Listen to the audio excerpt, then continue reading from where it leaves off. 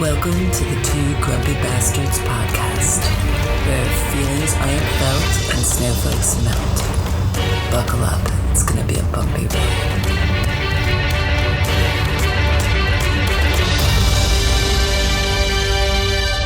These confines with a monarch's voice cry havoc!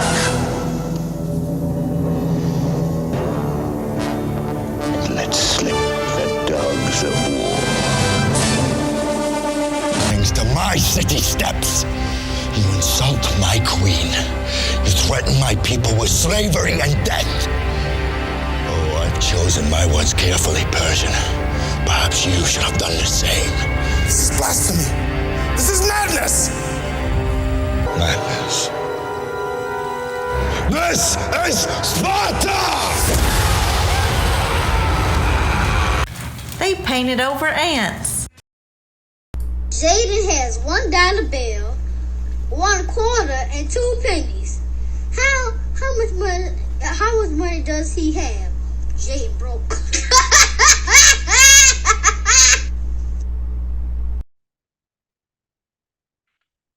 I said we are going to start early, and we've been bullshitting so much. It's exactly the same time we were going to start anyway. So. Okay, welcome to the Two Grumpy Bastards podcast. This is Big Koop. I'm out in the middle of an alpine meadow right now, and Julie Andrews will be coming up behind me soon with the Von Stroop family singing, and there'll be some Ricola commercials being filmed behind me, so hopefully we can get that done quickly. Most people won't even get either of those references, by the way. Koop will be spinning around with Julie Andrews, here twirling in the meadow here shortly.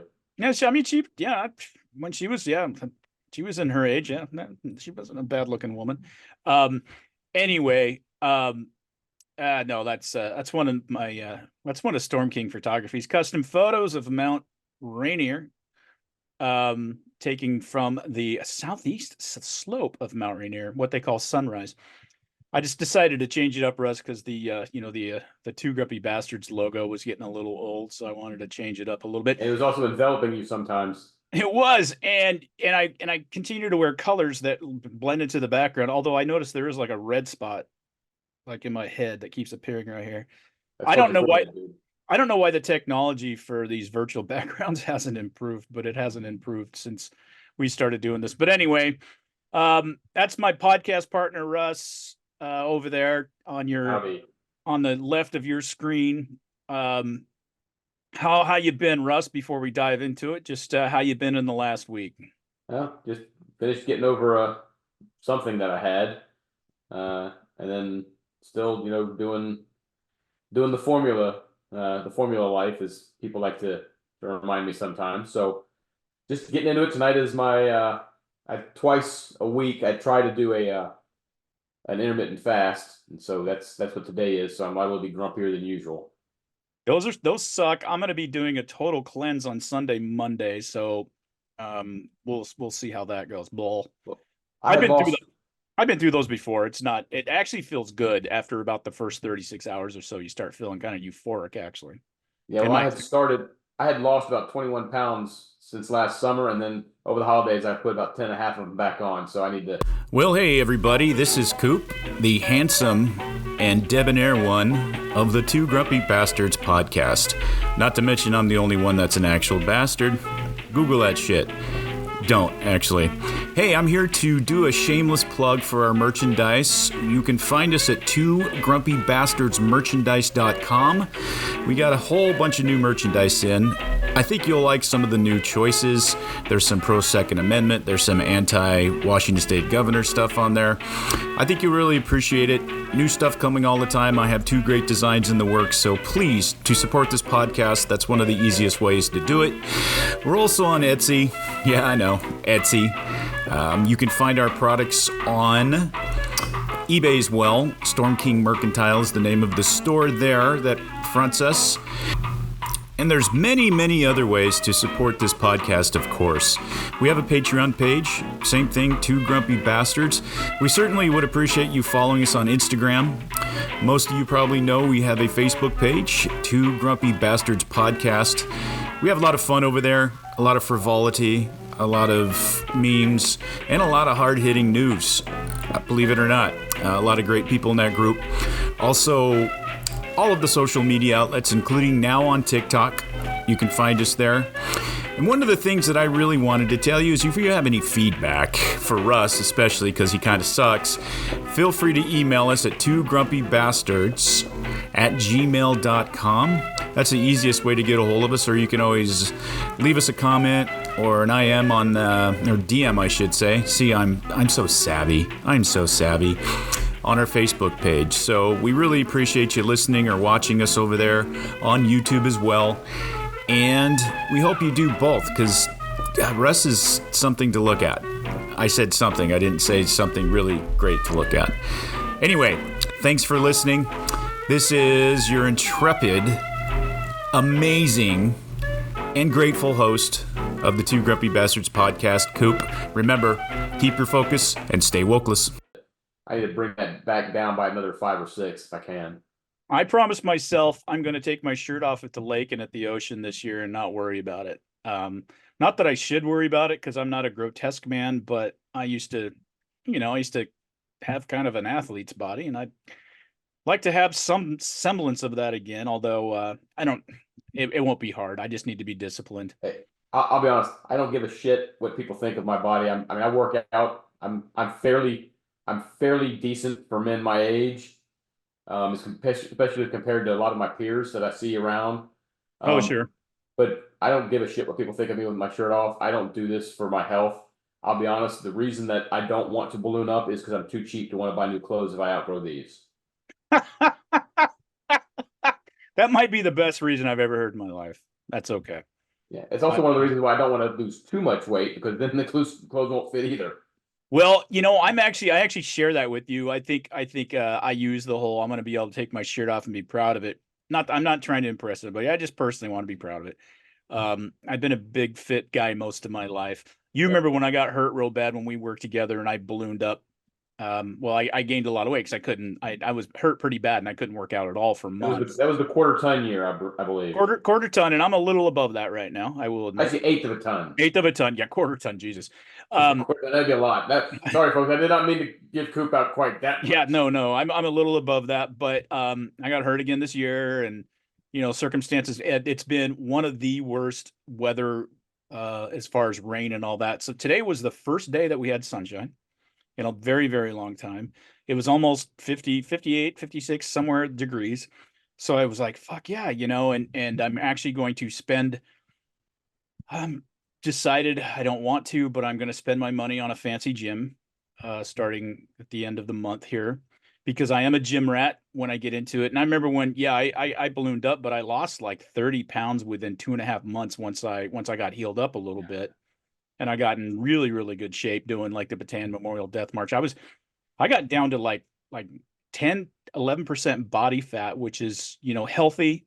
It's not bodybuilder, but it's very healthy. And I was like 220. I remember hitting the gym one day at 220 and that summer.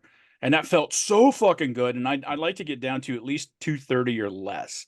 220 is probably unless I starve myself and I go full blown AIDS, I probably won't get there. Yeah, well, I keep having to remind myself my job is no longer tied to my weight, so I'm not that concerned about that anymore. I'm not going to go through that. But the gym I go to is not a fancy gym. It just I was at LA Fitness when I first moved down here. Now it's eSporta, but I was at that because I've said I'm going to go swimming and I'm going to do all this other stuff. I didn't do that, so I went to the really nice gym down the street. Got some weights, got some machines, got some cardio. It's nothing fancy. I work out for about an hour in the morning, most days of the week. Usually what happens is as my girls are getting ready for school, their mom's getting them ready for school, I go to the gym, then I'm back before they head off to class, and everything's good. Keeps me at least somewhat in shape, which I need the gym because my diet is god awful. Your diet is god awful, so you have to offset that somehow. I have incorporated apples recently into my breakfast routine. Yeah, apples are just full of sugar. That doesn't really help much. What would you recommend? In your breakfast routine? You Yes. need fruit. That's what I have apples for. Yeah, apples are just sugar, really. They're almost as bad as bananas or citrus. I would recommend things like, if you want some fruit, some berries, blueberries, strawberries, raspberries, that kind of thing. Texture of eating those things, they get like all. I have a bunch of like little miniature dwarf I balls in mean, my it's mouth. not terrible. It's not terrible that you're eating apples if you're into the starch, excuse me, the fiber versus sugar ratio apples. Certain apples, you got to go with like the green types of apples, though. If you're eating red apples or the yellow ones, you're kind of fucked. They're sugar bombs. But I get the red apples because my wife is the one who buys them. yeah, those are sugar bombs. But anyway, we can. It's better than nothing but piles of country ham and waffles. Well, it's better than waffles. I don't think there's anything wrong with the ham. I think you're fine with the I ham. like it, but they're loaded with sodium. The Oh country yeah, ham. the sodium. I'm a very white man. Sodium is my death toll. I mean, if I have sushi or something in high sodium, I'll wake up the next morning looking like a goddamn blowfish. I don't even look like myself. Your ankles swell. Is it that time of the month again? They do swell. My calves get a little bit pudgy.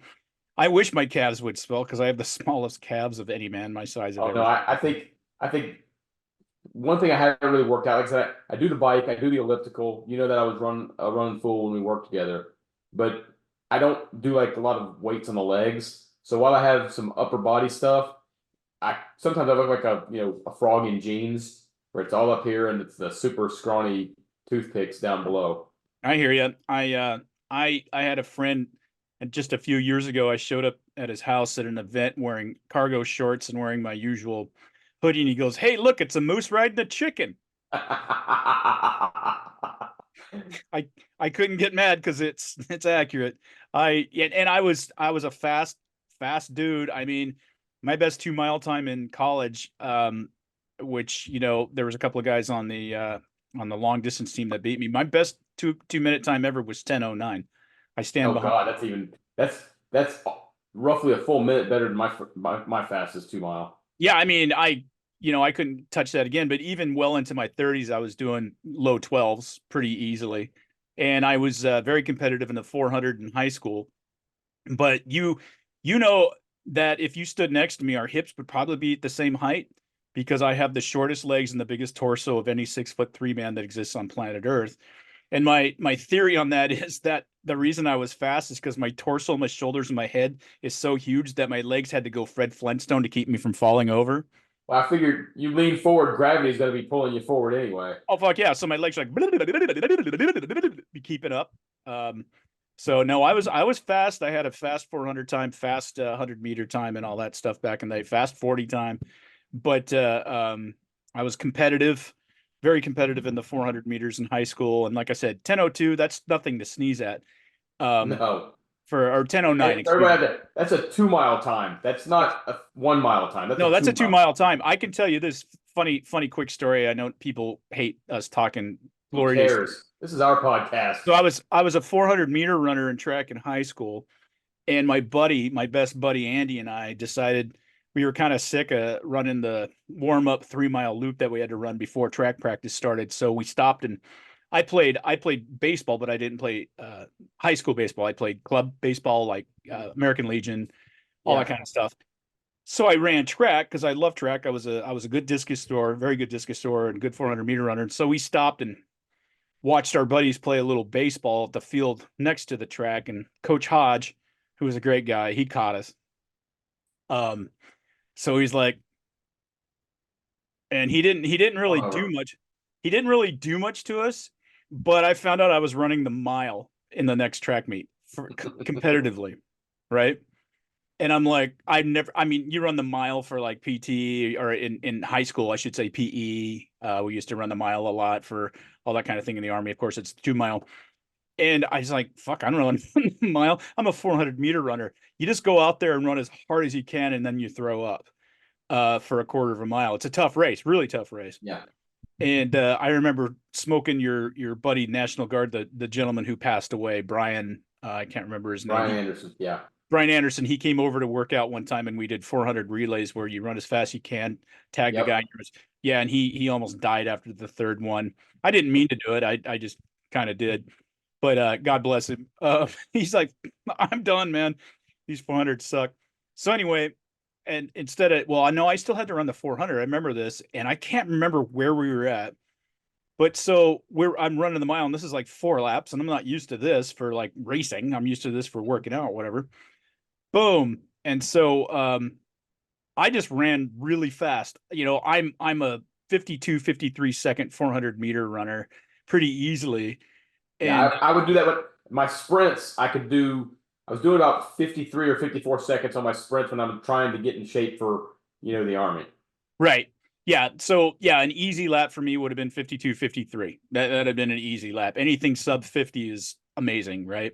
Yeah. So I go out and my first lap in the mile is like a 55 or something like that. Cause I don't know what the fuck I'm doing. I just like run. And then I had a really great friend, Troy, who was the state champion in the long jump and the triple jump and the hurdles. Tall, 6'8" Mexican dude. He was awesome. And so he starts taking off, and I'm like running, going, "Eat him up, Troy! Get him, buddy!" While I'm running, because I'm just like bored, because this is more than one lap. That was my second lap. I ended up running like true story. I ended up running a 4:59 mile. Oh my God. I chewed it, and then I'm so sick after I do that it's like, I can't run the 400, coach. He's like, no, you're running the 400, Koopman. Yeah. Yeah. So just out of sheer ignorance, I managed to pull that off and win. And I could tell he wanted to teach me a lesson, and he's a great guy. I get it. I get him teaching me a lesson. I get it. He's a coach. That's his job. We've been there. And then I end up winning the meet. I end up winning the mile for the meet, and he's just pissed. And he's like, I'm going to make you run the mile for the rest. I'm like, I quit. I will quit. I will quit right now.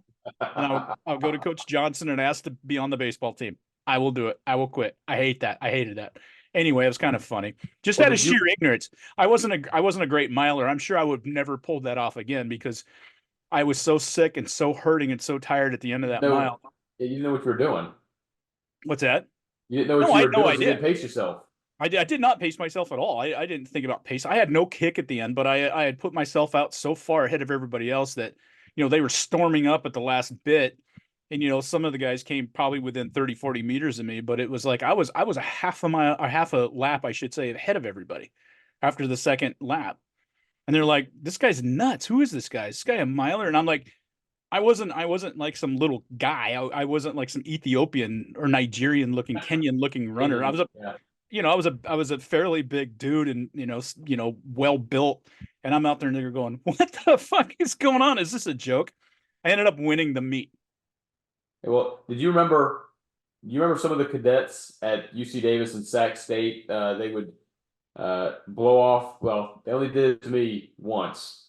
They would blow off PT because I guess they were partying too much that night, or they didn't feel like it. And I decided I needed to let them know that in the Army, you don't get to blow off PT just because you don't want to.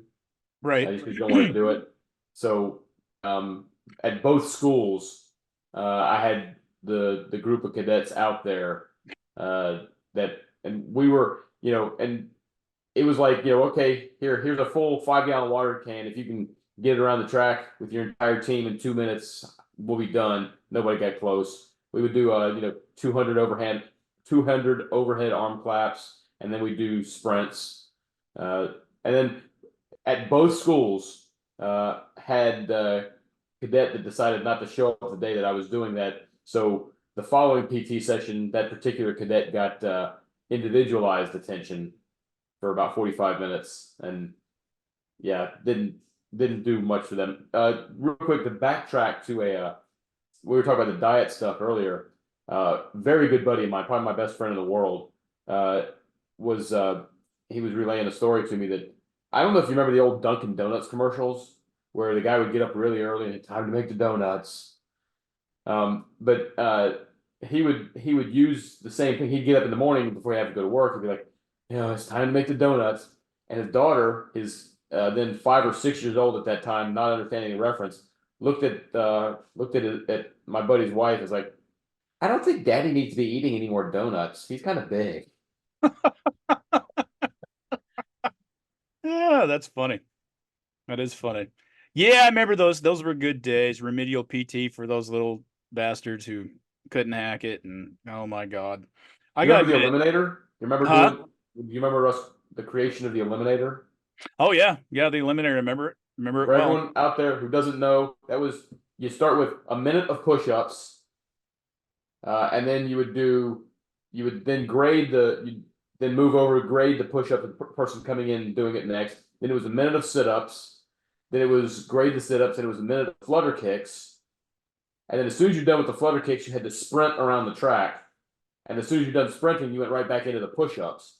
I don't think we had a single version of PT with that where we didn't at least have 2 or 3 people puke. That was No, always the goal. that's a tough one. I remember going through some of that. I mean, I was always in during my, especially the first part of my career, I was always in really good shape, so it didn't And phase folks, me. we've done this stuff too. This is not just us, putting Oh stuff on God, other. no, God, no. We've I gone through did. all this stuff. I did far more. I did far more. I Yeah. can remember when I got there and I'm running an RTC program and none of my cadets are finishing underneath 13 minutes in the 2 mile. And I'm like, what in the fuck is wrong with you 19, 20, 21-year-old pussy? I think we fixed that. Yeah, we did. We did. I had an old school guy running the PT program and I kind of took over and we I fixed that quickly. So Yeah, he was really good at running long distance on concrete, but yeah, that was it. It's like that's not going to prepare you for anything. And you don't do PT so you can pass a PT test. The PT test should be your easiest easy day, absolutely. easiest day of the week if you have a PT test. So anyway, yeah, no, I love the smoke sessions and I love to do it with them. And that Bataan Memorial Death March training was some of my favorite things I've ever done in my life. And yeah, it was fun. I don't know how we got on that topic. That's okay though. Who knows? It's our podcast. We can get on whatever fucking topics we want. I know. We gained a few. I see we gained a few subscribers over on YouTube, which is cool, and got a couple of comments over there from our latest video. So I haven't checked that out. I need to check that out. I haven't checked it out in a while. yeah, no, we're doing a little bit better over there. And well, I should say we're doing okay. Gaining momentum and all that. We have a lot of vets that are following us. I would like to expand that a little bit to other realms, but that's okay. Got some folks that have started to follow us on Twitter after I've been engaging a little bit. Yeah, I'll see what happens with the person I engage with today. Uh-oh. Yeah, leftist woman who likes to talk about conservative men and their worthlessness. And so instead of coming at her like I normally do, she said something like, well, apparently according to conservative men, all I'm going to do is drink box wine and own cats and spend the rest of my life pining away from conservative men. And I go, hey, I like box wine and cats. I guess the stereotypes don't always work, do they? So, the last time I came at her, she said something about that, and I go, well, it's a non sequitur because I don't know any real man who'd want to date you. So I decided to be a little kinder this time around, which Sounds is like she's venting about her loneliness. well, yeah. She's in a conservative state and county, and so she's railing against that. And it's like, well, I guess you could move, or just be okay with all the soy boys that you're going to attract for the rest of your life, because that's all you're going to get. But you need to point out she's not going to attract soy boys in a red county. Yeah, I'm sure there's a few underneath the. They're hidden significantly. Well, let's get into it. We got a few topics we want to address tonight. The first topic, Russ, that I want to talk about, I'm going to get on here and look at the article. I don't know how much you've heard about it. I know you've heard a little bit about it, but Google came out with its own AI generator recently to kind of compete with the Chat GP and all that kind of thing, and it's called the Gemini AI model. And I'm reading Wired magazine. I'm looking at Wired magazine's article here, but I heard a lot about this. The problem with this AI generator is that it's been vetted And corrupted.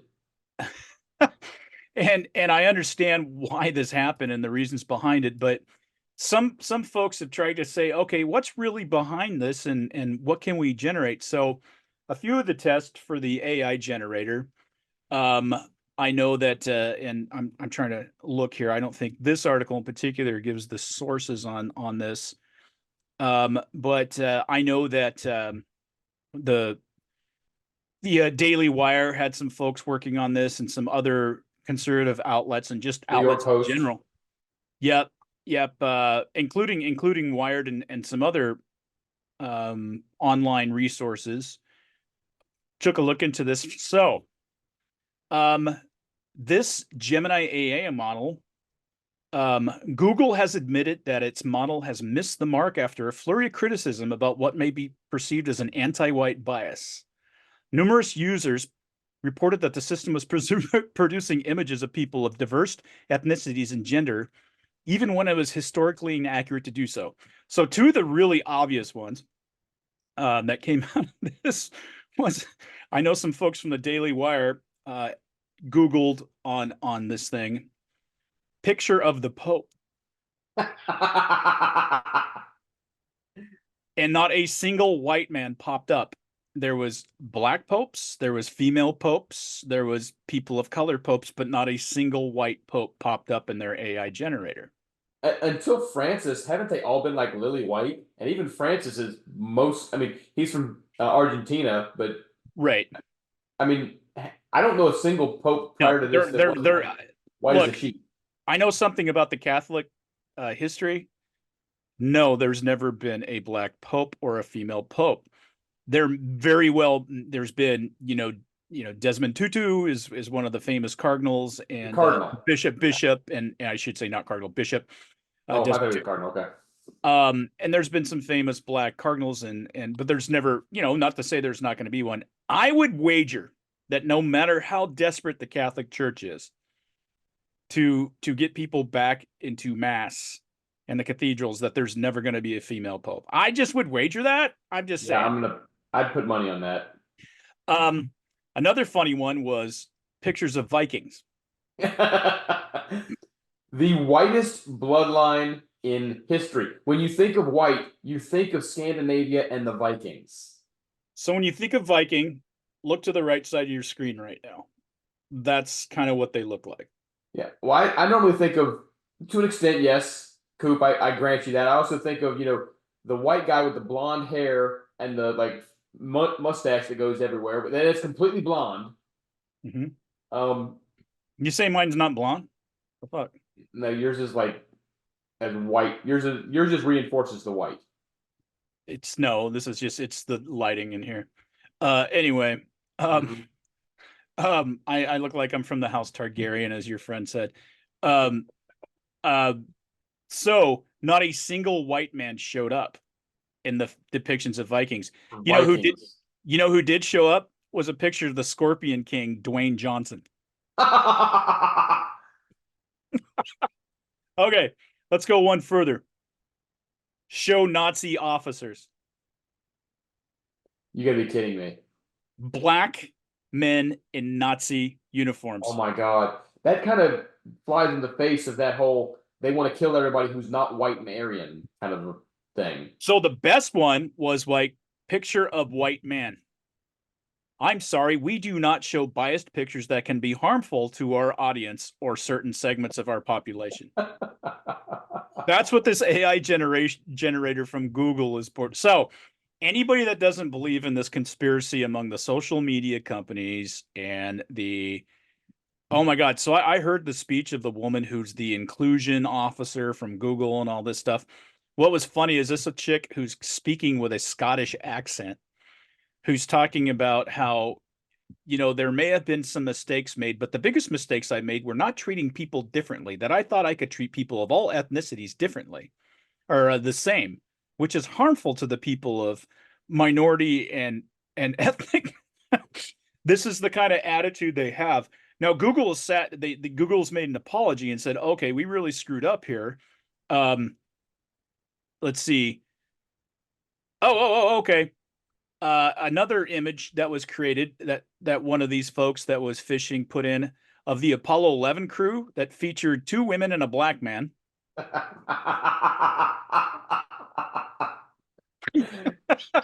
You can't make this shit up. No. This would be for everyone who for some reason found value in this. This would be like casting Ryan Gosling to play Shaka Zulu. It just doesn't work. Here's Mark Wahlberg as Muhammad Ali. I guess, yeah. Anyway, let's see. Blame the entire situation.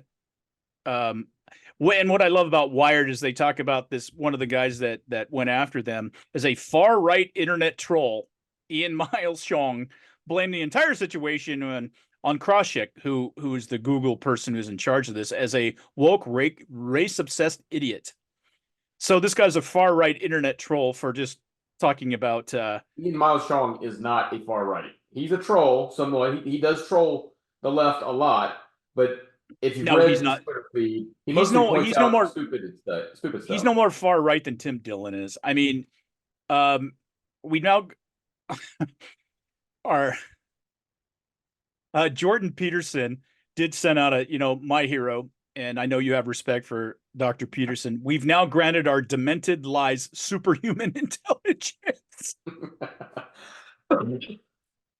Oh, so anybody who doesn't think there's an agenda, how does this even happen? I mean, don't you at least kind of super guard that thing a little bit so it's not so obvious? So Google is backstepping on this completely and saying, oh, we need to... They shut it down temporarily.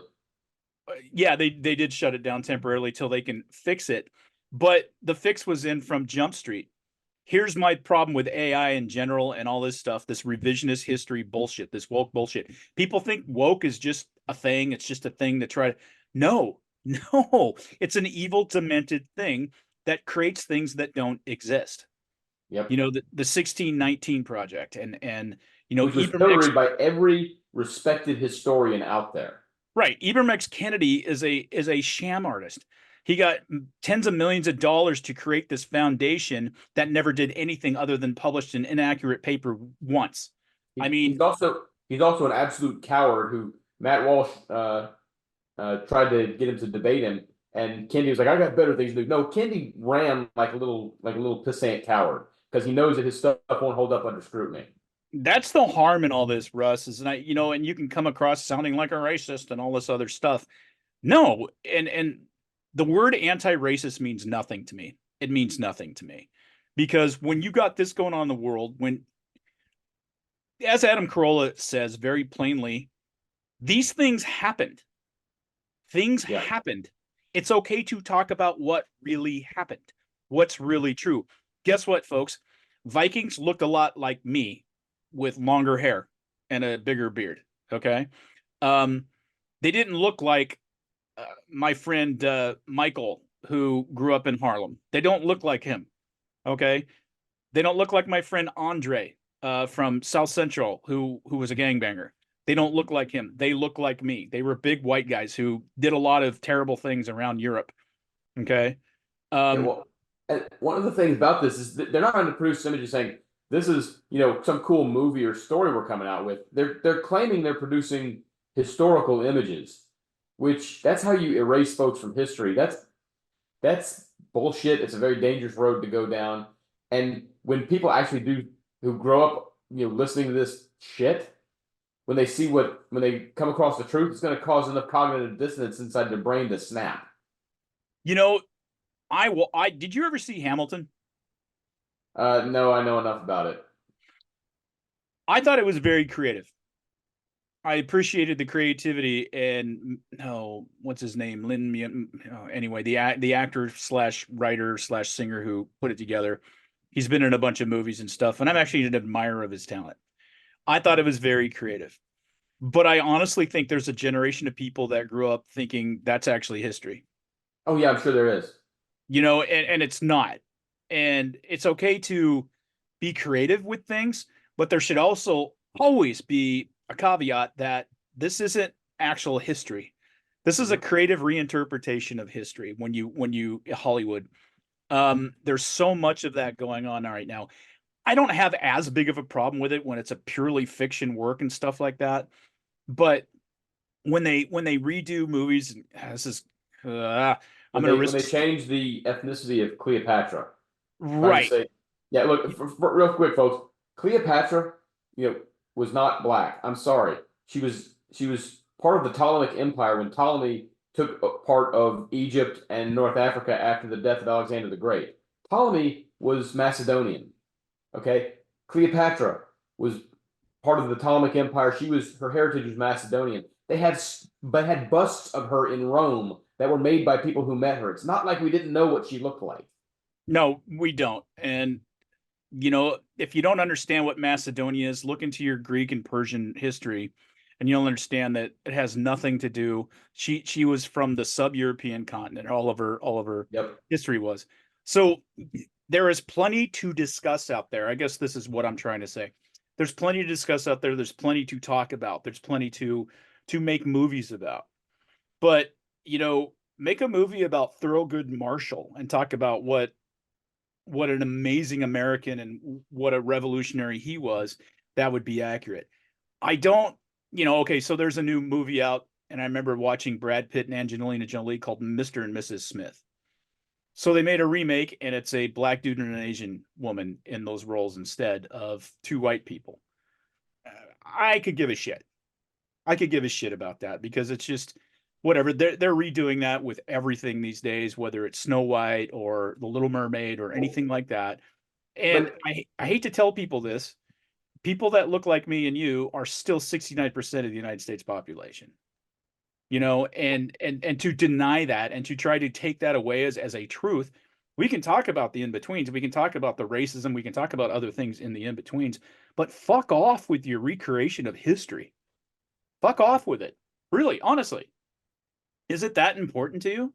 well, look, um, there's also the denial of true rich history of minorities. Are you familiar with Robert Smalls? I know the name. Remind me. I don't know how some folks said they made a movie about it. I haven't seen it, but this should have been a blockbuster movie. Robert Smalls was a slave prior to the Civil War. In the midst of the Civil War, he freed himself, commandeered a Confederate ship. Oh, sure. And Yeah. yeah, he went from slave to sailor to congressman, post Civil War. That's a movie about actual tremendous African American heritage that should be made into a blockbuster. You put Morgan Freeman or Denzel Washington or Michael Jordan in that. I think Mel Gibson should play that role.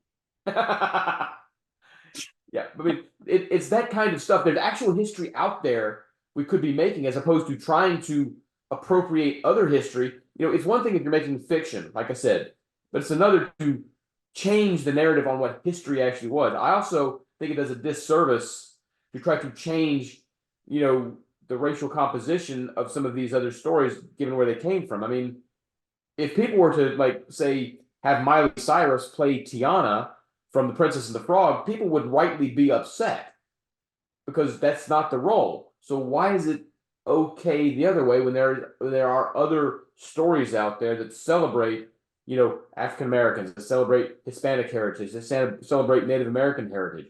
Why are we changing this stuff up as opposed to celebrating what is inherent and actual part of us and part of our stories and getting this stuff right? Yeah, and I watch a lot of fiction, a lot of Hollywood fiction movies with black leads, or what's Denzel Washington's kid's name that's an action star now? I don't know. I'm not familiar with that. Yeah, but I've watched him in, like, I don't know, 5 things that I think he's actually really, I actually watch everything he's in because I really like him. Denzel Washington, The Equalizer. Those movies are a lot better than the goddamn TV show with the boring British white guy was. Yeah. No, I mean, because it's Denzel fucking Washington. There's nothing to not like about Denzel. And this sounds like a racist Michael conversation. B. Jordan in Creed was incredible. I fucking love him. I love him in Creed. I fucking love that character. I mean, vulnerable, trying to be tough, that whole conflict that he had. I love those movies. And before he died, Chadwick Boseman. Yeah. Yeah, no, those are all wonderful examples of strong African American men. And then we get this bullshit about, okay, and guess what? Here's what we need to really actually talk about is that the people behind this AI, the people behind these initiatives, the people behind this idea, these are not minority people. These are guilty white liberals. Guilty white liberals who for some reason have no meaning to their life, and so this is their religion. This is their fucking religion. Wow. And you know what? There's nothing gosh darn to be ashamed about, regardless of what your skin color is. Pigmentation has nothing to do with capability. Pigmentation has nothing to do with character. It has nothing to do with it. And I have my problems. I know this is controversial. I have my problems with Martin Luther King Jr. I have my problems with some of the stuff that he did, but my God, some of the things he said were so brilliant and so eloquent and so necessary. And that gentleman would really have a hard time, I think. I don't know him, but based on history and what I've studied, he'd really be disgusted at what's going on in this country right now. Well, I think this is part of what has been red pilling Bill Maher recently. I mean, I don't think Bill Maher's ever going to like vote for Trump or anything, but if you ever, Bill Maher talked about the goal, the dream in the '60s was a colorblind society. If we were colorblind, it meant we'd gotten past racism, and now you're racist if you don't notice color. That's the exact opposite of what it was always intended to be. It was always intended to be judge a person on their merit, judge them by the content of their character, not the color of their skin. And we seem to be moving past that. I think that there is some of it that's deliberate, looking to divide society. I think a lot of people are willing dupes. Do too. I think there's a lot of people that are just willing dupes. Like a lot of these people they feel guilty that they were born into a certain station in life, and they feel they need to repent for something that they never did. I don't. It doesn't make much sense to me. And then there are folks who are con artists on each side that are trying to make money off this. I don't know if you heard, if you know who Benjamin Crump is. I do, yeah. Yeah, for those who don't know, Benjamin Crump is a supposed civil rights attorney, but every time there's some kind of racial case in the United States, he jumps all over it. He was the guy trying to defend the dude up in, what was the guy's name that got shot? I believe it was in Wisconsin. I want to say Jacob Blake, but I'm not sure that's right. Who he had gone and like basically broken into his ex-girlfriend's house, who he had digitally penetrated while she was asleep. And yes. Yep. But anyway, Benjamin Crump was in the middle of that and a whole bunch of other stuff. Very recently, Benjamin Crump said that you could solve crime by changing the definition of what crime is. I'll put that video up next time because I watched that video recently again and watched that roundtable. And that was the most disgusting thing I think I've heard in a very, very long time. Persecuting crime is racist. If you allow black men to do whatever they want to, then less black men would be committing crime. Well, that's basically what he's saying. That's basically what he's saying. But the communities that are harmed the most are minority communities. Minority communities, right? Because most of the crime that happens in this country is black on black crime. Most. Yeah. Most. And I'm talking violent crime. We should probably protect the innocent people who are in those communities, not getting swayed to the criminals that are making them victims just because we feel bad about prosecuting. We should be feeling better about protecting those communities so they can thrive and grow. Absolutely. Yeah, no, I 100% agree with you on that. And when I hear things like that, I just cringe. I just go, how were you dropped on your head as a child, or are you so narcissistic that the only thing you want out of this is your race baiting money that you're making out of this? Because if he was a reasonable person and said, no, we need to enforce law. There's no money in that. There's no money in that, right? There's no recognition in that. He's not going to get invited on roundtables at CNN and MSNBC and the mainstream media for saying views like that. He might get on Joe Rogan or Adam Carolla or one of these kind of podcasts. But that's about as good as he's going to do. And like Thomas Sowell, who I think is one of the greatest thinkers of our time, not just because he's a black man, just because he's brilliant. He's a great man. I wish that he would have been. He's one of the guys that I wish could have been president. Absolutely. How many people in the black community even know his name? Or know him in proper context, as opposed to him being portrayed as some kind of traitor. Yeah, as an Uncle Tom, to use the term. Sorry to use the term, but that's the term that it's disgusting. But that's the disgusting racist use for people who actually don't toe the line. Don't toe the line. Anyway, let's get off that topic because I just get upset and pissed. But it's just I am taking great pleasure in knowing that Google has fucked up this AI thing. The female popes thing is funny. As actually, the funniest might have been the two black men and a woman that were a part of the Apollo 11 moon crew. I got to tell you, that I'm a space nut, and that I'm a huge Apollo nut, and I've got an actual Apollo mission patch hanging on my wall, an actual Apollo mission patch that I spent a great deal of money for. I will admit, authenticated. It's one of my pride and joys. And I can tell you that Neil Armstrong is one of my all-time heroes, one of my gods of God. You know, Buzz Aldrin. I love Buzz Aldrin because he was such a fiery dude and knocking people the fuck out when he was like 85 for telling him he was a. I don't know. Did you ever see that video? No. Oh, I think I've heard of that. I'll have to play it. I'll have to play it. Some moon conspiracy dude tried to tell him and Buzz Aldrin to punch him in the mouth. Yeah, he said you're a coward and a liar, and Buzz Aldrin just drilled him. And Buzz Aldrin's like 83 at the time, and he had a nice right hook, man. He knocked that guy. Boom. Yeah. Yeah, he said he was a coward and a liar right to his face. Caught him on the street. That's funny. And yeah, Buzz Aldrin gave him the fucking once over. Anyway, I do like real quick. I do like the tack that Matt Walsh took on this when somebody said, you know, we faked the moon landing, and he was like, really? Which one of the 6 moon landings did we fake? And the guy's like, well, I don't know all that much about the moon landings. Like, no shit, Sherlock.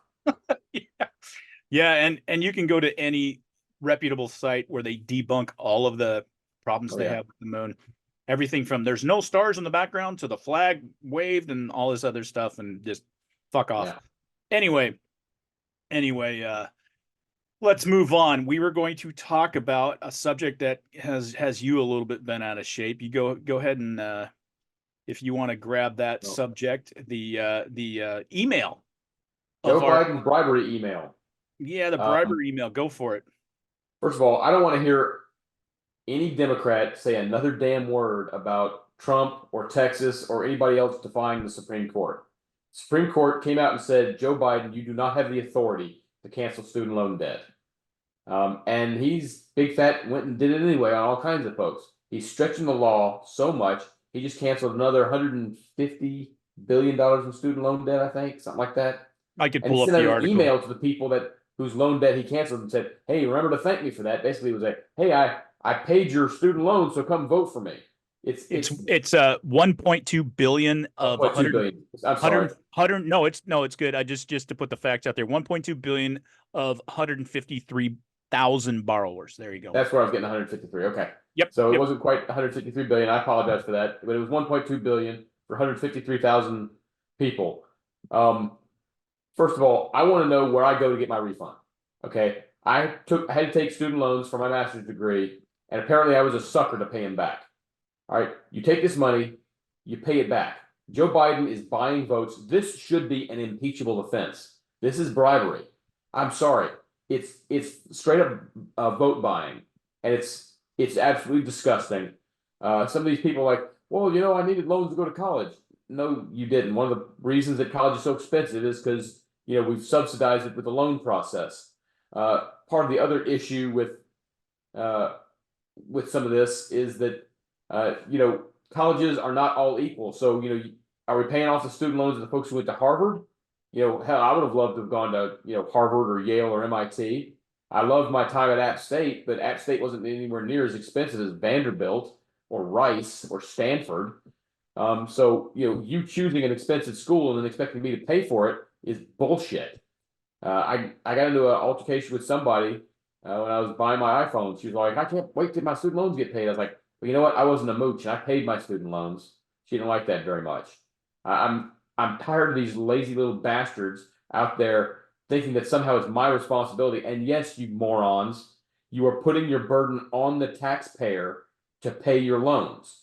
Okay, you're also, you know, condemning future generations to even more debt because they're having to pay it. Joe Biden has defied the Supreme Court. This is absolutely an impeachable offense.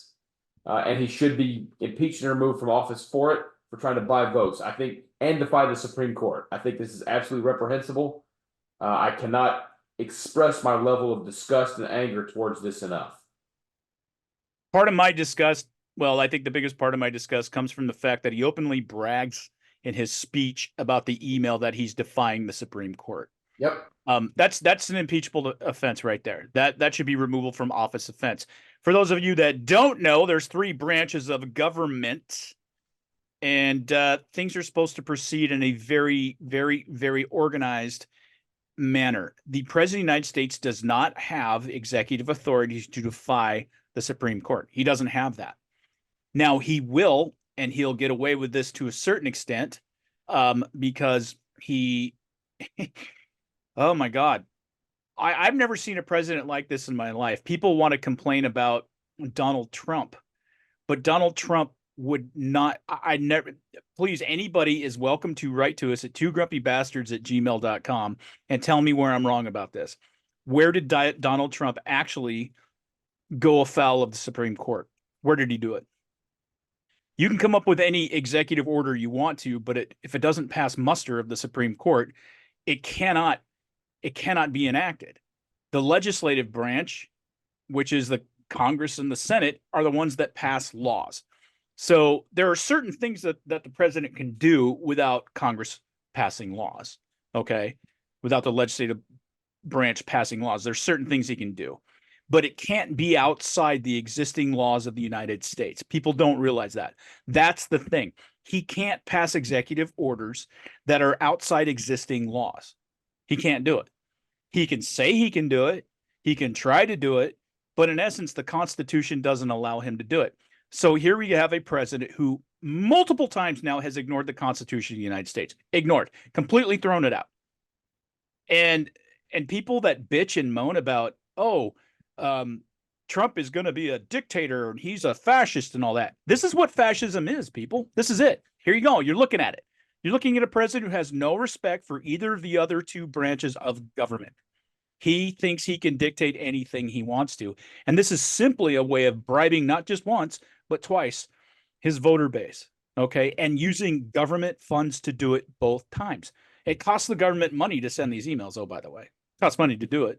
It costs money for them to come up with these speeches and do all this. So this is the thing that infuriates me, Russ, is this is a man who has absolutely, and people are like, oh, he's just a doddering old fool and la, la, la. No, he has no respect for this country. He has no respect for the core of what this country was founded on. Now that he's found his ultimate fucking power, he has no respect for it. That's what a dictator is, not Donald Trump. And you can't find one instance where Donald Trump did something similar. You can't do it. Biden is the worst president of my lifetime. I was holding out because I had also lived through Carter, but Biden is the worst president of my lifetime. No, he's better than Reagan. He's better than Reagan. We'll get into that here in a bit. Well, let's go ahead and get to it because there've been some stuff that's come out recently. So-called experts ranking the presidents, and they ranked Biden at like number 14. Now, showing the list is absolutely stupid. Of course, they ranked Trump dead last, which is kind of bizarre when you've got folks like James Buchanan not being ranked there. And the two that always get to me when I see these lists, and they show me that the lists aren't serious. This particular list showed had Abraham Lincoln as number one. That's up there. I put Abraham Lincoln in the top three. But if the list that usually rank Abraham Lincoln number one, who do they almost always rank number two? Who should be ranked number two if Lincoln is number one? George Washington, of course. Yeah, it should be George Washington. Well, these morons put FDR number two. And I'm like, FDR, the man who extended the Great Depression by at least 8 years because of stupid fiscal policy? No. FDR belongs in the mid-teens at best. Of course, these people also usually put Woodrow Wilson in the top 10. Woodrow Wilson was an authoritarian racist who screened Birth of a Nation at the White House, and who also decided that the government did not need to be run by elected officials, but by experts that were appointed. He was a complete authoritarian who promised to keep us out of World War I and then promptly threw us into World War I once he got reelected. He is a schmuck. He's one of the bottom two presidents out there, and they've got him ranked usually in the top 10. Like I said, Biden number 14 is an absolute joke. Now, in fairness, one thing I always say, you cannot objectively rank a president, if they've been in office within the past 20 to 25 years. It takes a generation removed to objectively rate presidents. So any rating on Biden, Trump, or Obama, or even George W. Bush right now is probably a stretch. but putting Biden at number 14, they had Bill Clinton in the top 10. I think they had Obama in the top 10. I'm like, yeah, this is all biased bullshit. It Yeah, doesn't match up. let me give you some values here. And this supposedly, I love this article here. And this is a secondary periodical, so I won't even bother quoting it. But they say this the responses of 154 experts, current or recent members of the American Political Science Association. I've never heard of that. I don't know how these experts got their credentials. I think it's certified to be experts. Yeah, how they certified to be experts. But let me just give you some of the shocking fucking results of this. And any of you listening, I don't care if you're Republican, Democrat, Libertarian, whatever, you have to realize what a pile of shit this is. So Democratic presidents, of course, won the day here. Yeah, you got the top three there. But let me just tell you, Barack Obama was rated 7th. The most divisive and one of the biggest failed presidents in history based on any metric possible. The one who created all of the racial bullshit that we're going through right now. Bill Clinton rated 12th. Jimmy Carter, Bill Clinton had a fairly successful presidency, but he certainly didn't have 12th. When we talk in a few minutes about best presidents for a lifetime, we'll talk about that later. Bill Clinton is definitely not at the bottom. No, he's not. He's not based on his presidency. I will be fair. Jimmy Carter actually rated 22nd. He should be in the bottom 10. Bottom 10. I'm bottom 5. You took the words right out of my mouth. Listen to this. Ronald Reagan was 16th. So he was 9 behind Barack Obama, 4 behind Bill Clinton, and just a few ahead of Jimmy Carter. Ronald Reagan is arguably, but unarguably, one of the most successful presidents in American history with the way he turned around the economy, defeated the Soviet Union, and basically reinstilled patriotism and our dominance as a world power across the world when we were at an all-time low in this country since the modern age, since post-World War I. Okay?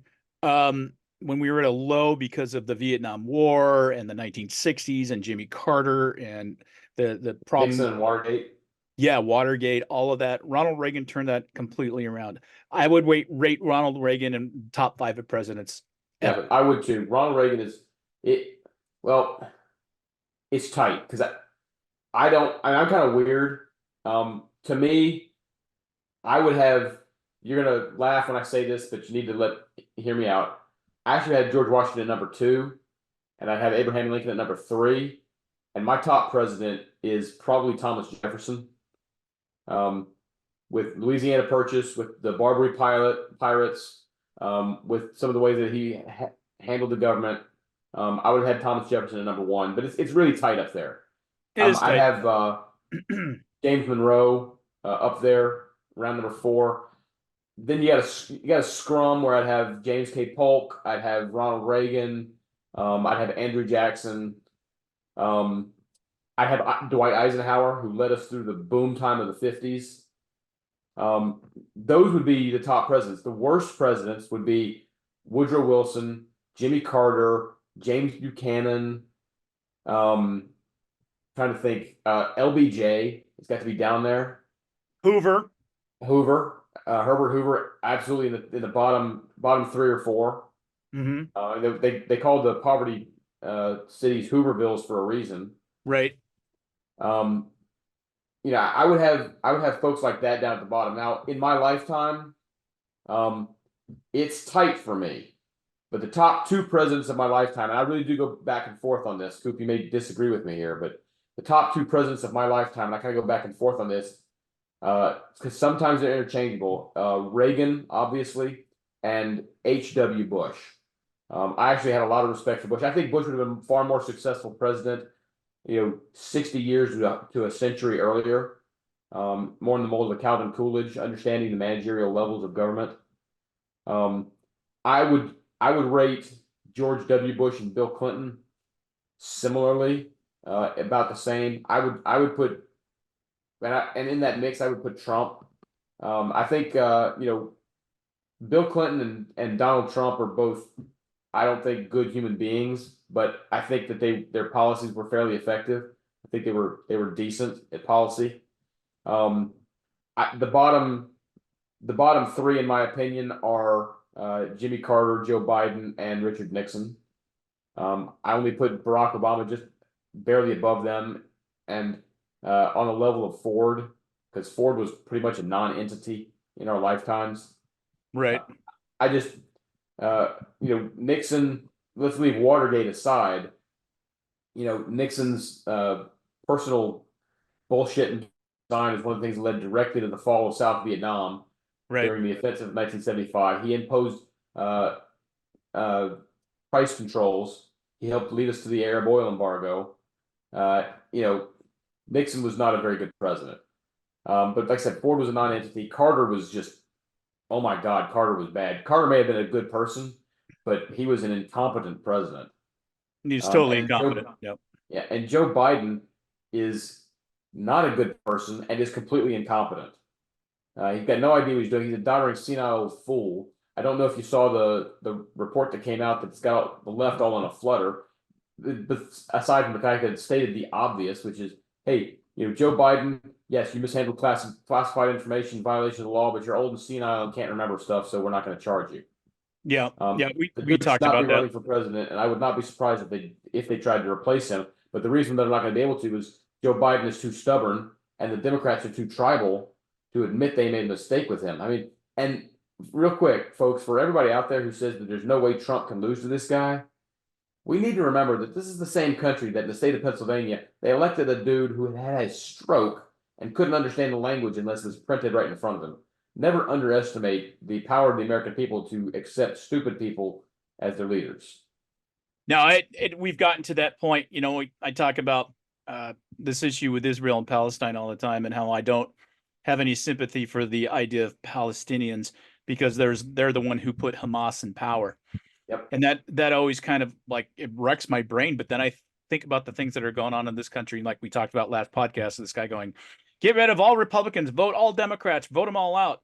And I'm like, absolutely nothing would ever be done ever, ever, ever. Nobody would ever take out the trash. Nobody would ever make a law that matters. There would be no law ever be enforced if you do that, because the children would be eating candy and running around in the rec room because mom and dad aren't there anymore. Yep. We've kind of gotten to that point now. And listening to these young people and college age people talk about, I can sit there and watch Jordan Peterson or who's my guy, Charlie Kirk. Yeah, Charlie Kirk, fucking totally school somebody, and it's rare that you see the light bulb pop on. I can remember being schooled by mentors, professors, coaches, that kind of thing, and the light bulb popped on, and it's like, oh, I see this. This is cool. You rarely see it. Matter of fact, people will double down on stuff now, and I have a theory why that happens. Because the brain is a very complex thing, but it's also very simple too. So when you get two things working together at the same time, say I say this thing, it brings me gratification because I have no identity, I have no faith, I have no central thing to think about. So I get the neurons firing over here, and it fires the neurons over here at the same time, and it gives me an endorphin rush. And whether that's climate change, boom, or it's white supremacy, boom, or it's, we need to replace all of the white people on every photo ever with a minority, boom. Once those two things get linked together, it's really hard to biologically unlink those things. I think that's what a lot of leftists suffer from. It's that linkage. It's that linkage of, okay, this thing makes me feel a little bit better about my own miserable bullshit. And how many times do you see these? And I watch a lot of this on YouTube. I watch Charlie Kirk, and I watch Jordan Peterson, and I watch Ben Shapiro go to these college campuses or go to these speeches and just dismantle the fuck out of everybody that speaks to them.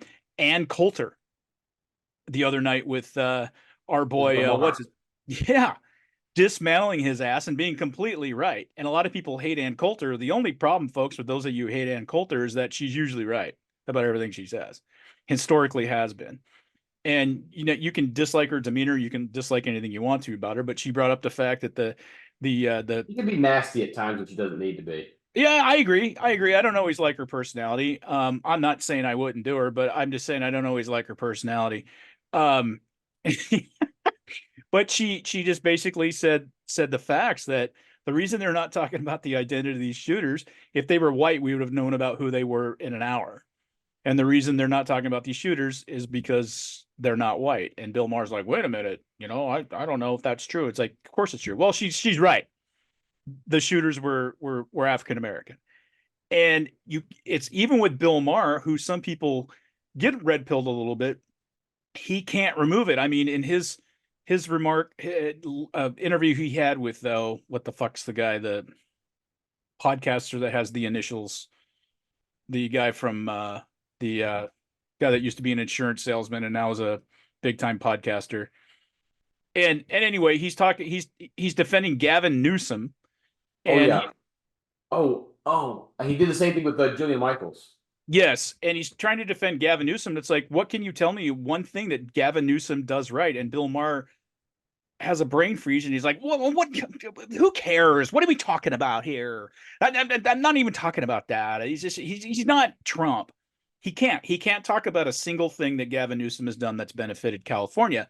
But that neuron that fires over here can't possibly fire. The pleasure one can't fire over here unless this one fires too. Biologically disconnecting those things takes effort. I mean, it literally takes like therapy and a lot of discipline to go, okay, maybe I'm looking at this the wrong way. And you can accuse me in my libertarian fucking way. No, I'm not. Look, if Joe Biden was the answer to our world's problems, even if he was a doddering old fool, but the economy was flourishing and inflation never went, China was keeping their distance, and this Russia thing, I would be a fan. I'd be all for it. I'd be all motherfucking for it, because there's something different about the way those two brain constructs work. When people can't see something that's different outside their worldview because those two synapses have to fire at the same time, I don't know that you're ever going to change that until something drastic happens to that person. Like Dennis Miller when 9/11 happened. He was a leftist until 9/11, and then he goes, oh, wait, I've been fucked up my entire life preaching against this conservative worldview. Anyway. Yeah, look, I've changed my mind. It can be uncomfortable. In fairness, when I've changed my mind, I've usually become more conservative because it's usually more facts and logic based. Two things to bring up what you were saying. First of all, I don't know if you saw it recently, but there was a clip online of a guy who actually did get his mind changed. He was trying to say that J.K. Rowling was transphobic. I did. Was that Charlie Kirk? No, I don't know the name of the dude. He was a literary professor, I think, or philosophy. Oh, professor. Yeah. I heard that. I didn't see it, but I heard it on a podcast. Yeah, and he basically drew the line of logic and got the guy to admit that, okay, maybe he was reacting emotionally. The second thing, when you talk about some of the views of the college crowd, it used to be that we accepted that, you'd be young and stupid in college, and when you got in the real world, society would straighten you out. And society would start to straighten you out before you even got out of college. Society's not willing to do that anymore. The inmates are running the asylum. All these corporations are caving to the wokesters instead of telling them to shut the hell up and sit down, learn some life lessons before you think you're going to run things. Instead, they're caving, like the babysitter who lets you stay up late and eat junk food because they don't want you to say anything bad to the parents, I guess. I don't know, but society is now indulging these people instead of correcting them. And that used to be a rite of passage, which you went from stupid to, okay, now I'm understanding a bit more. Now I'm learning a little bit more. And it was a process that usually took about 5 to 10 years. And now it's looking like it's going to take more like 20 to 25 years to straighten some of these folks out. Now, fortunately, Gen Z, I don't know if you've seen it, Gen Z is noticeably more conservative than previous generations at their age. And it may be because conservatism and being a little bit more traditional has become the new form of rebellion. Because all these people, they thought they were going to raise, revolutionaries because they were revolutionary. And the way that Gen Z is starting to rebel is by, some of them are returning to church. They're holding more socially conservative views, more fiscally conservative views. And it's kind of freaking out some of the 60s hippies and the millennials who thought they had a hammerlock on this stuff. I've noticed the pendulum start to swing a little. It's not like in full swing back, but it's not trending quite as fast as it was. Maybe they're all getting tired of being called pussies by people like me too. No, I mean, nobody likes that, and it makes you evaluate. Nobody likes that, and you can say as much as you want to about it, but when you show people there's a different way and a different way of doing things correctly, and it's like you're fucking miserable and I'm not. I'm very confident in my, I struggle every day. I've struggled throughout my life, but I'm not miserable. I'm a man of faith. I've kept my faith. I wake up every morning going, cool. I woke up. I don't look for somebody to blame for my lot in life or any of that kind of thing. And I would hope that everybody has that intrinsically in them. And unfortunately, it's people like our generation, our age, that ruin the world because they raise their kids being a bunch of goddamn pussies and overparented. And I'm sorry, it's true. It's just fucking true. I think part of this also goes back to a view I came to 5, 6, 7 years ago, is that people they have an innate need for a struggle, an innate need for Absolutely. fixing their world. And because if you look at it, if you actually look objectively at the modern world, people got it pretty good. They've got ready access to food. They've got instant communication. They've got ready access to education. They can cure diseases that used to kill them at the age of 35 or 40. They've got ready access to entertainment. I mean, really, they don't have any. They're nitpicking, trying to find things to gripe about because they feel this need that they need to overcome something. So maybe the modern world has provided us with too much convenience, too much luxury. And I'm not saying I want to return to the old days. Look, I think it's a good thing that as a species we aren't starving anymore, and we're not losing 5 of our dozen children before they reach the age of 6, and 1 out of every 7 women isn't dying in childbirth. I think that's a good thing. But I think we've gotten so spoiled and so pampered that people are forgetting things that are important, and they're simply looking for stuff to bitch about so they can feel that they have meaning in their life. Agree completely. I watch a comedy show every week that's famous, but I'm not going to give it a plug on here. That has a lot of famous comedians, and it's a show. And they bring Tell up me off air.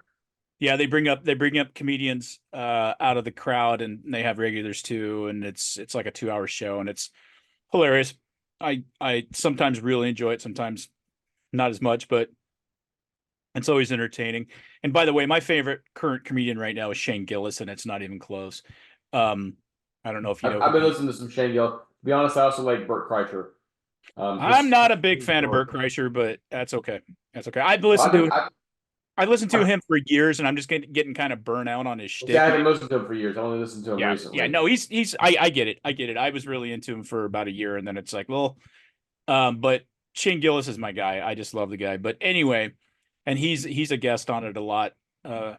Anyway, guy comes out and he does his 1-minute set, and he did okay. And they ask him his age, and it's like, well, he looks a lot younger than he is. And they goes, well, what's your secret? And he goes, I drink out of hoses and I don't use rubbers.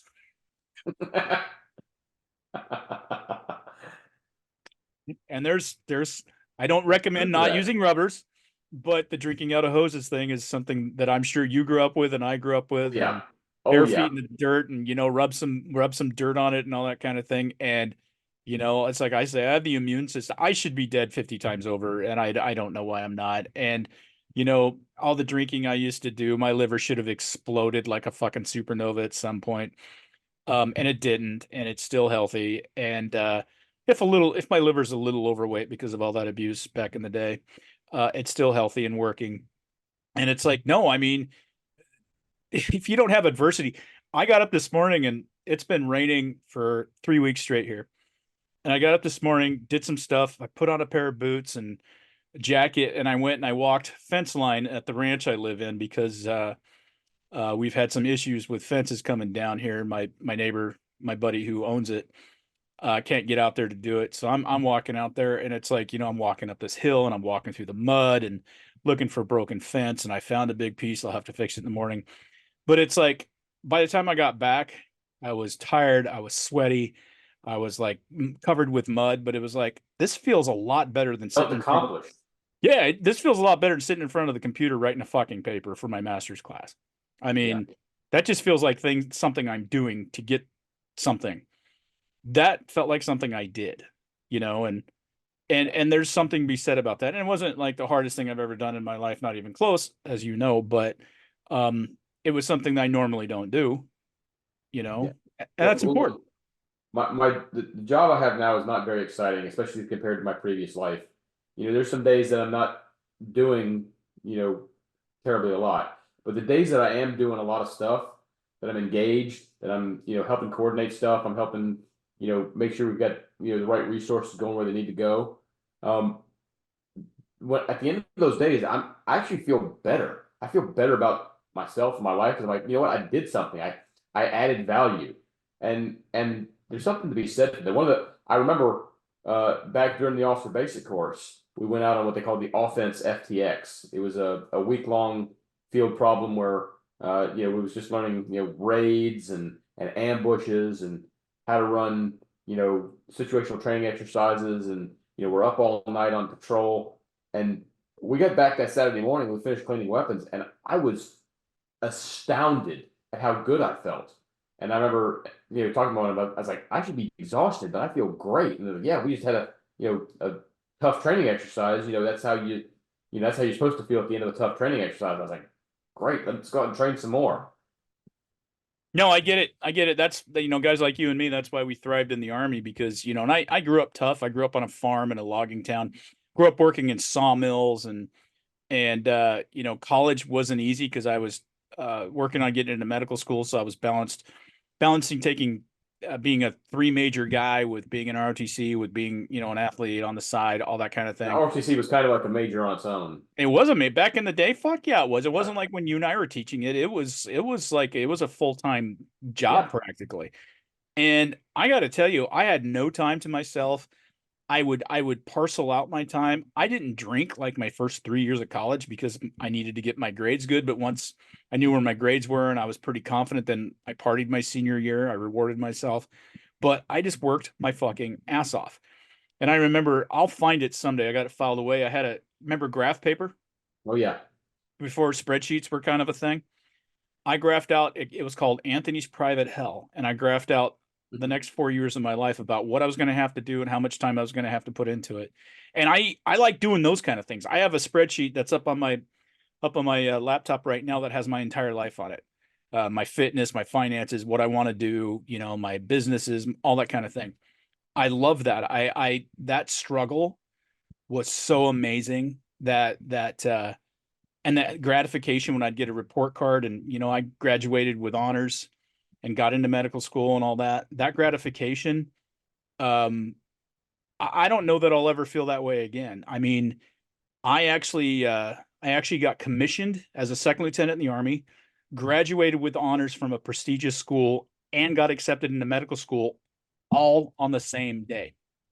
Oh, wow. May 9th of 1992. I'll never forget that day. That's my achievement day. I don't know that it gets any better than that. I'm not a parent, so I don't think it'll ever get any better than that. But those 3 things all happened to me on the same day. Now, I didn't finish medical school, for those of you going. I took a sabbatical and I hated it, so I never went back. But just the work I put in to get to it, to achieve that, to such a ridiculously high level achievement that almost nobody can do, plus get commissioned into the Army, which is not easy to do. As you know, you went through that. Plus graduate with honors, taking 22, 23 credits a semester at a very, very hard school. I don't think it'll get, and it's not to say life went downhill after that, but that was a high achievement day. And it wasn't because somebody came and said, hey, here's $1 million.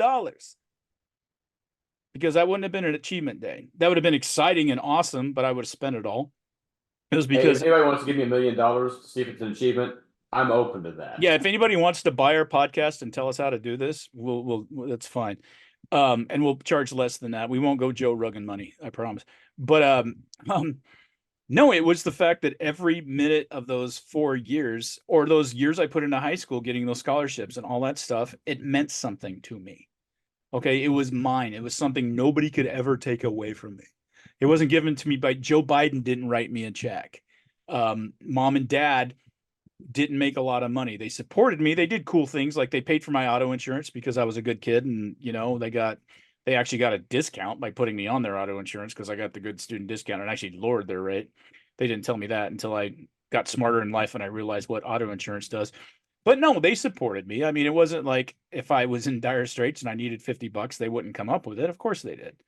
It wasn't, I was on, but I paid my own way through school. Paid my own way through school by getting scholarships and working at the mill in the summers and stuff like that. Those things are what means something to you. It's not what somebody gives you. You don't care about what somebody gives you, really. I mean, if your wife gives you a special gift that means something to you, of course that means something to you, but it's not the same. It doesn't mean that tab you wore that says Ranger on it will be one of the proudest things you'll ever do in your entire life. I was actually about to say that the similar, that day that you were talking about for me, it was the day I graduated Ranger School. Sure. No, I get that. It was one of those things that I didn't know if I could ever do it. The guys I saw with tabs were the super high speed, dudes. I busted my ass training for Ranger School. I was out, running the, 8 or 9 at night in the Georgia heat during IOBC. I was out studying how to do an op order, in college and all that stuff before. So I put in a significant amount of effort to get the tab, and getting the, graduating that day was one of the singular achievements of my life. And the thing about it too is that it's not, I'm sure you felt this way. I know you a little bit. We've talked. It's not a feeling of arrogance. Like, no, it's achievement. It's an achievement, and it's fucking humbling to a certain extent. It's like, you're just grateful. Yep. In those moments, I was just grateful because I'd already been through a lot in my life, and I put myself through hell in college. I didn't have to. Most of the guys I hung out with were business majors taking 14 credits a semester and fucking partying their balls off and stuff like that. And that's cool. There's a guy who's a mortgage broker. There's another guy who went to work for his dad. They're all formula fuckers, and really, I don't think they're enjoying life very much. They've all been divorced like 3 times and have shitty, needy kids and, all that kind of thing. I don't know. I'm not saying I'm better, but I'm glad I put myself what I put myself through. I'm glad I didn't go, I'm really smart. I'll just go through business school, and because I didn't want to do that, bro. I just, that wasn't who I was. So I decided to, go biology, physics, and English and military science and kill myself. I don't know. Because it was what I was used to. It was what I was used to. You suffer. Men suffer with dignity. It's what you do. In fairness, I did go through business school. I'm not putting you down because of it. I don't. Again, seriously, I'm not. I know, but I got a degree in marketing because I misunderstood what marketing was when I first got into it. If I could go back, I actually sat down and thought about how I would change things. First of all, I had taken probably 2 more AP classes in high school and gotten those credits. I would have gotten to college with 12 credit hours instead of 6. I would have probably gotten a minor in marketing, but I would have majored in communications and advertising because that's what I originally wanted to do, but I didn't know that was the route. So I went. I could see you being like, knowing you now, if we went to college together, I could see I would have been like, you should be like in international relations. That kind of jobs are kind of thin in that, I think. Yeah, I mean, you have to go work for the State Department or something like that, but the good jobs are really good jobs. I mean, yeah, but I would have majored in communications and gone into advertising, just because I enjoy that kind of creative thought. How can you draw people in?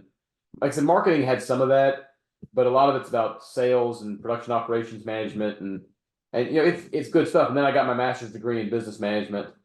That would have complemented an advertising degree pretty well. But I got to where I need to be. I'm fine with that stuff. It got me thinking about how I would have changed things. I wouldn't have gone to the School of Business completely because in college I was either in the College of Business or I was in the ROTC building, like all day, every day for like 9 hours. I hear you. No, it was, but you know what? And I'm in school right now with my 3rd master's. I brought it up last week. But tell us how smart he is, folks. That's right. But it's not the same. It's not the same joy that I had back then when I was just like, I have to get off here soon and finish a paper because it's got to be turned in by 9 o'clock Pacific Standard Time because it's online. 12 o'clock Eastern time, and I'm almost done with it, so it won't be a big deal. But um, it feels more, and I'm enjoying a lot of it, and it feels like a task. But back then, it didn't feel like a task. It felt like it was like this. I don't know. It was my life. It was part of coming of age almost. Yeah, it really was. And like I said, I grew up kind of hard, and things were always difficult. So I guess I thought you're supposed to suffer a little bit, and I took that tact when I was in college and even early in my career and stuff like that. And that's okay. I mean, suffering, if you're a Christian, you understand that suffering is what you're supposed to do. Mhm. Suffering is a big part of the faith and a big part of life, because you can't understand anything else without understanding suffering. In our secular world, I think we've lost that idea that suffering is actually a very healthy thing to a certain extent. And I'm not talking about extreme trauma or the loss of a loved one, or deep grief, but I'm talking about suffering. You gotta suffer. I mean, If you haven't been deprived, how do you understand gratitude? If yeah, you haven't been sad, how do you understand happy? I mean, it's you have to experience both to understand. If you're just happy all the time, then that's it. You take it for granted. You have no basis to actually appreciate the feeling. and I think the helicopter generation of parents have taken that away from their children. And I don't even blame, I watch these videos with Charlie Kirk and Ben Shapiro and these guys. I don't even blame the kids, because I sit there and think, okay, at my age, I could easily have a kid that's college age. I could easily have that. And there is no fucking way one of my kids would act like that. Now, maybe I'd be in jail for abuse, and I'm not saying I'd actually abuse my kids, but by the modern definition, but I'd have been like, get your According to the ass state of off the Illinois, if you couch. misgender your child, it's abuse now. Right, right. That's what I'm saying. I'd be like, get your ass off the couch. Let's go. Yeah, you're not playing flag football, you little pussy. You're playing tackle football, because that's what football is.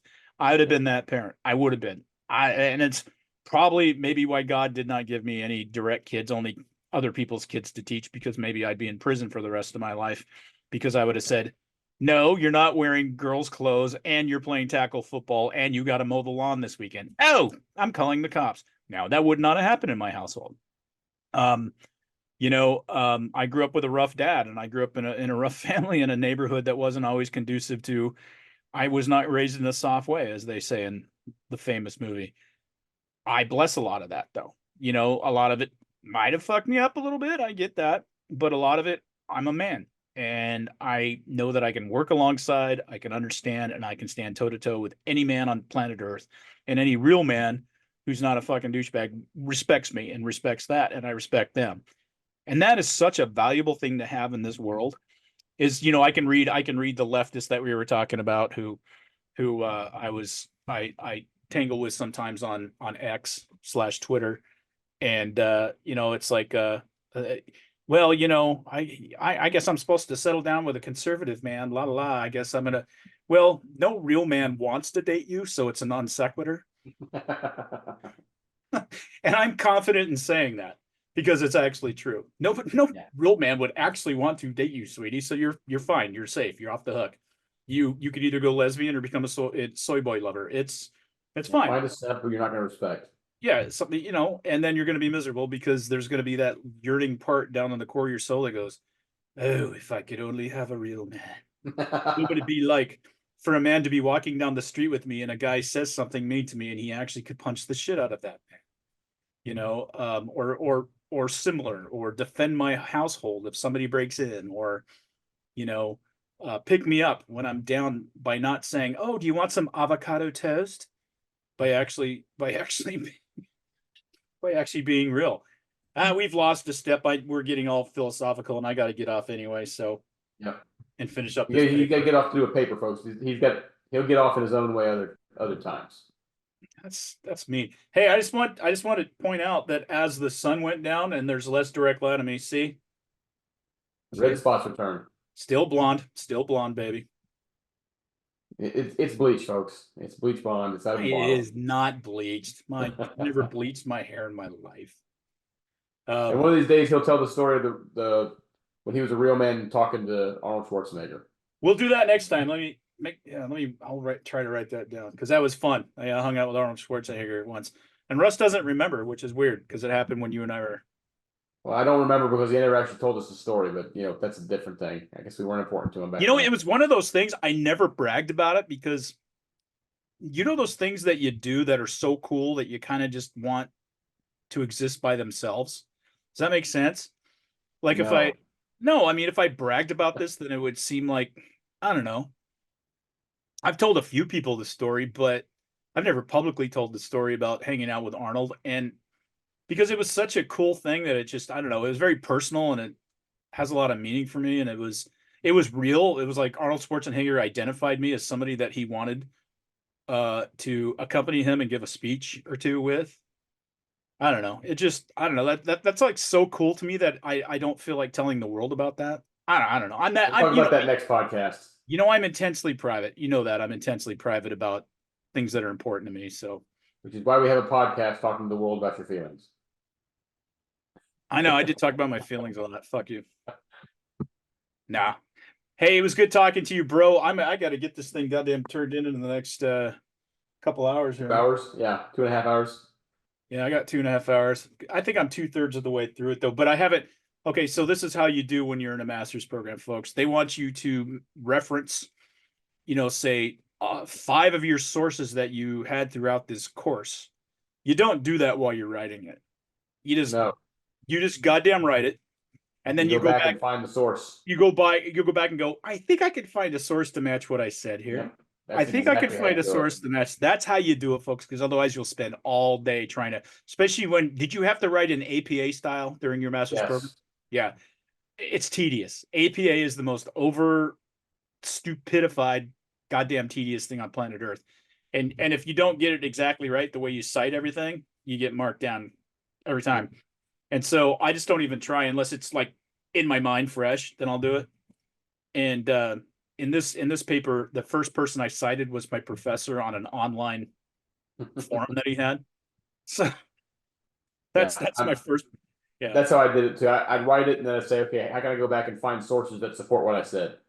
It's kind of like the old writer's maxim, and I don't agree with this, but do you remember, like, I can't remember who said it, was you write your story and then you go back in beginning and then you put in your foreshadowings. Yeah. Well, you have to have the story in your mind, and then once you've got it in your mind, then you can go back and say, how can I add stuff to show that this might be happening? Right. Yeah. You don't put your foreshadowings in because you have to write the story first, and then you go back and edit your foreshadowings into it. Yeah. I remember that some famous writer said that. I did that in at least 3 of my novels. Oh, I'm sure. I mean, that's a technique, just like writing an APA style paper. I'm going to cite stuff. No, I'm going to go back and look at my sources and go, oh, I think Ortberg may have said something about this, and I'll find a reference. And good thing I have all of my books on electronic format so I can do searches. Yeah, that helps. It does. All right, man. I'm going to get off, and I'm going to get off the podcast, and then I'm going to stay on my laptop for the next hour or two and get your paper written, dude. All right, man. Good seeing you, brother. All right, you too. And remember, everybody. Remember to keep your focus and stay wokeless.